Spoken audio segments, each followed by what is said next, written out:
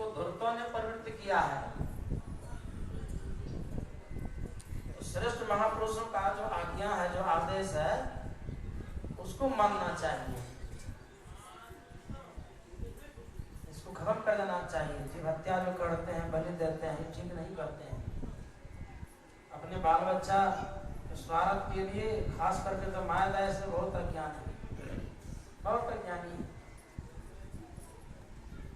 चले जाती हैं और कहती है कि बाल बच्चा लेकर सुखे रहेगा ना, तब आपको पटा चराने वाला साथ फिर ये नहीं कहेगी 8 को 10 को बाल बच्चा है, नाती पोता से घर भरल है, और सब जो बढ़िया रहेगा तो एक बक्से में चढ़ा देंगे, एक बच्चा को चढ़वा दे देंगे, सुन लेते हैं। बकरी ये बच्चा को फटाफटिया कर देते हैं क्योंकि अपना बच्चा को बहुत दर्द होता है, बहुत मेहनत का पालन पोषण करने में। जैसे अपने बाल बच्चा में दर्द होता है, ऐसे अन्य प्राणियों के विषय में भी समझना चाहिए। जो बात आप अपने लिए नहीं चाहते हैं और उनके साथ अगर वैसा व्यवहार करते नहीं, अधर्म ही पाप है, इसको जरा समझिए। और धूर्तों ने इसको प्रवृत्त किया है। गोसाई घर पवित्र घर होता है, उसमें बैठ करके, आसन बिछा के बैठ करके ध्यान कीजिए। अगर जगह धरती अगर पवित्र नहीं भी होगा, बराबर जब वहां बैठ के ध्यान करेंगे, सुमरण करेंगे, जप करेंगे, बराबर बैठेंगे, जब ध्यान करने के लिए करेंगे तो धीरे धीरे धीरे वह धरती, वह भूमि भी हो जाएगी पवित्र। कुछ ही दिन के बाद देखिएगा वहां बैठने से आपको भजन करने लगेगा, ध्यान करने लग जाएगा। धरती का अपना प्रभाव होता है। मद्रास की बात, मुंबई की बात है, एक जगह बना था चर्च, ईसाई धर्म का, बन के तैयार हो गया, उसका उद्घाटन था, ओपनिंग था। उसमें बहुत सारे लोग आए थे, बहुत भक्त लोग भी आए थे। तो प्रार्थना शुरू हुई, ध्यान भजन जो लोगों का है नियम। लेकिन किसी का मन वहां नहीं लग रहा था, भजन में, स्तुति में, जप में, ध्यान में किसी का मन नहीं लगा। सबका मन विचलित हो गया, भक्ति बनाने से, वहां बैठने से। मारो काटो सबके मन में विकार होने लग गया, भावना होने लग गया, मने माती सबका बदल गया। सब बाहर जब निकले, बड़ा खिन्न, बड़ा उदास, बड़ी अशांति, सबके चेहरा वैसे लग रहा था। मेरे मन में ऐसा हुआ, उनका मेरे मन में ऐसा हो रहा था, उनका मेरे मन में ऐसा हो रहा था। मेरी प्रार्थना की जगह थी, उद्घाटन था, प्रार्थना की जगह, भजन पूजन का जगह, किस ख्याल से हम लोग यहाँ आए बैठे, फिर ऐसा क्यों सबके मन में होने लगा? जांच करो। तो जांच किया गया तो पता चला कि 50 साल पहले यहाँ पर कसाई खाना था धरती पर। मारो काटो प्राणियों की जो यहाँ पर हत्या होती थी, उसका वाइब्रेशन धरती में बढ़ा हुआ है। इस धरती पर आने से, यहाँ बैठने से मन में भावना भाव होने लगा। धरती का भी एक अपना प्रभाव होता है, प्रभाव होता है। देवर्षि नारद जी वो गौदोहन काल से ज्यादा तो कहीं झूठे नहीं थे, कम उसको शराब था, हमेशा चलते रहते थे, हमेशा चलते रहते थे। लेकिन एक बार घूमते फिरते हिमालय गए, हिमालय में एक सुंदर गुफा देखे, उस गुफा में प्रवेश किए, उसके मन में होने लगा कि यहाँ पर मुझे रुक कर, यहाँ रहकर मुझे भजन करना चाहिए था। उस गुफा में ऋषि मुनि महात्मा रहते थे, वहाँ ध्यान भजन करते थे। उस जगह पर जाने से नारद जी के मन में प्रेरणा होने लगी कि मुझे यहाँ रह करके भजन करना चाहिए। शराब की गति को रोककर वहां रहकर वो ध्यान करने लगे। सफलता तो उनको मिल गई थी, काम विजय प्राप्त कर लिए थे। इंद्र सोचने लगे कि इसको तो भगवान के भक्त होने का इसको गौरव प्रदान है, भगवान के बड़े भक्तों में से हैं, सभी लोक में इनका नाम और कीर्ति है। तो फिर ये यहाँ गुफा में किस लिए ध्यान कर रहे हैं?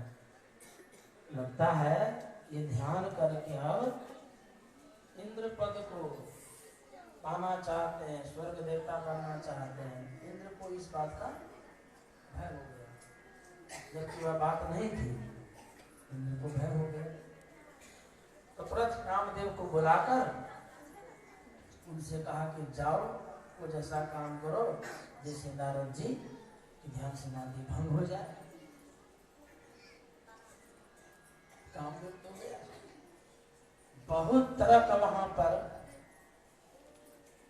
खेल किया, लेकिन नारद जी के मन को विचलित नहीं कर सका, उसके ऊपर प्रभाव नहीं डाल सका। तब कामदेव को डर भी हुआ और संकोच भी हुआ। नारद जी के चरणों में गिरकर क्षमा मांगा। नारद जी वहां से उठे हैं, कई लोक में चले गए, देवताओं के लोक में गए, ब्रह्मा जी के लोक में, शिव जी के लोक में। सभी ने नारद जी का प्रशंसा किए, पर भगवान शिव ने कहा, नारद जी देखिए लोग मेहनत करते हैं, बात समझ रहे, जीवन में आप जिस क्षेत्र में मेहनत कीजिए, खूब से मेहनत करते हैं, सफलता मिलती है उनकी कृपा से। क्योंकि मनुष्य जन्म आपको ईश्वर को याद करने के लिए मिला है। इस जन्म में अगर ईश्वर को याद कर लिए, ईश्वर का भजन कर लिए, तो जीवन आपका सार्थक हो गया। 84 लाख शरीरों में एक शरीर है, जिस शरीर को धारण करने पर जीव ईश्वर से प्रेम करता है, ईश्वर स्वरूप का ज्ञान पाता है, ईश्वर स्वरूप का साक्षात्कार करता है, जगत से अपना उद्धार करता है। मानव जन्म तो खास कर यह काम के लिए हुआ है। संसार के कामों को करिए, लेकिन ईश्वर में भरोसा विश्वास रखिए, किसी न किसी रूप से उनको याद करते रहिए, तो देख लीजिए आपका सारा काम। और सत्य को जीवन में धारण करना, सत्य ही ईश्वर है, उसको धारण करना चाहिए, सत्य मार्ग पर चलना चाहिए, सत्य बोलना भी चाहिए, सत्य पर चलना भी है, ईश्वर है। असत्य छूटेंगे, दुखों छूटेंगे। आगे देखिए, भगवान से नहीं बोलिएगा, भगवान से नहीं बोलिएगा, जो बोल दिया। सोचेगी इतना बड़ा हम काम किए हैं, कामदेव पर विजय प्राप्त किए हैं, काम को जितना बड़ा मुश्किल बात है, कठिन बात है, ये लोग क्या हमारी बड़ाई करेंगे? जाकर भगवान को बोल दिए, भगवान को बोल दिए, भगवान प्रशंसा कर दिए, भगवान हंसने लगे। अब इसके अंदर जो है ना, लग रहा है अहंकार का अंकुर निकल चुका है, ये तो धीरे धीरे विशाल वृक्ष हो जाएगा। इसलिए इस अंकुर को ही खत्म कर देना चाहिए, ताकि वृक्ष कर्म धारण न कर सके।